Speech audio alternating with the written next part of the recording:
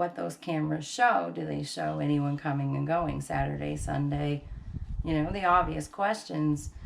But if they weren't working, why not? And how long had they not been working?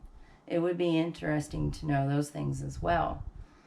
There's so many things that I want to talk about. I wrote just the topics of them down so I don't miss anything, or I'm going to try not to miss anything. So just kind of hang with me, guys. But there's so much to talk about. Now, they also found a personal item of Suzanne's that was 0.3 miles from her home. My understanding was that her home and the bike trail where her bike were found were kind of like a cluster, in a clustered area, very close together. And then 0.3 miles from her home, going away from that, away from town, I believe it was too, on Highway 50, is where they found her personal item on the side of the road, on the right side of the road, almost like it had been thrown out of a passenger window or something. So it makes you wonder, did someone snatch her? Or is it part of staging? You can't help but wonder. Now, as her family is starting to speak out more and more, they think that he is interfering with Barry Morphew's interfering with the investigation. And they said that his truck data does not match his story. Wow. Uh-oh. You know, that makes you bring up a million questions. What do you mean the story doesn't match? Where could he have possibly been that he lied about, and why? Well, 2-3 days after, I wanted to bring this up as well. 2-3 days after his wife had gone missing, Barry Morphew went to the little mom and pop convenience store there in their small town. He gave the cashier a small piece of paper where he had written down a description of her so the cashier and everyone else would know what to look for. This description was so off the wall, though. Again, the bike story, the whole bike ride, was initiated by Barry Morphew. He writes this description out as blue bike helmet, bike clothing. Why in the world are you so fixated on this bicycle ride? It kind of reminds me of Chris Watts telling over and over and over again of what he put in his truck that morning.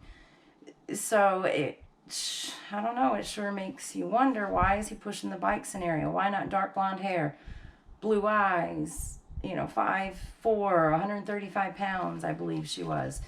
So why not any of those descriptions? Why are we looking for bike gear that could be tattered, the helmet yanked off, that we would never see on Suzanne if we did see her? Odd. Now, Suzanne's best friend was texting her Saturday evening, the evening before Mother's Day. She was texting her about her son's wedding. Suzanne was helping her best friend plan the best friend's son's wedding. They're on the phone texting, from what I understand, mainly through Lauren Scharf's interviews and her reporting on it. The best friend stated that the conversation abruptly ended and she never did hear any more from Suzanne. Now, this is Saturday evening. Barry Morphew said he got up and he left at 5 a.m. on Sunday morning, Mother's Day. He didn't wake her, he left her sleeping. Now, if that's the case, there are a few other questions. Who was running the heavy equipment in the middle of the night, Saturday night, that woke up one of the neighbors to the job site? She said that she even went over and spoke to him the next day and wanted to ask, had they left the keys in them to see if anyone had been possibly running the equipment. And they said they're hidden, and very well hidden, to where no one would know where they were at. So it leaves you to wonder who was running it Saturday night in the middle of the night. Now, you've also got this pocket man that has come forward that I guess Barry Morphew had hired for this job that he was doing on, I don't even know when. It's so confusing. Saturday, Sunday. Was it supposed to be done Monday? Who knows? But he had hired this man. Now this man comes forward stating that Barry Morphew had turned his hotel room over to him to stay in and to finish that job up there. Now Barry Morphew states he left his tools behind. He left. Mr. Puckett states when he got there that Barry Morphew had already left to go home on a family emergency. He said that there were wet towels and it smelled like chlorine. But first of all, my first question would be, I thought he left his wife at 5 a.m. in the morning, Sunday morning. So how and why did he have a hotel room Saturday night? And if the towels were still wet, how recently had he been there? You know, there's just so many questions now. The chlorine smell, what was that? What smells like chlorine? I want to look up what smells like chlorine or what you could do with chlorine. You know, I guess something sinister possibly that you would do with it. There's so many things now that some things are making sense and other things aren't. You know, there are just a lot of questions. Now, Barry Morphew states that this man was in prison for 9 years and that no one should really believe anything that he says. Well, Barry Morphew found enough trust in him to work for him, and not only work for him, but to turn his hotel room over to him, which supposedly had the tools in it. But Mr. Puckett said there were no tools. They couldn't finish that job. They just ended up leaving and going home. So that makes you wonder, were there tools to begin with? Did he even take any there? And is he mistaken about grabbing them and leaving?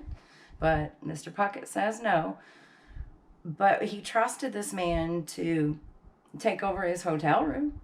And he also trusted to walk away from this job and leave him and other workers there to complete it. So he had some trust in this man to begin with, it looks like.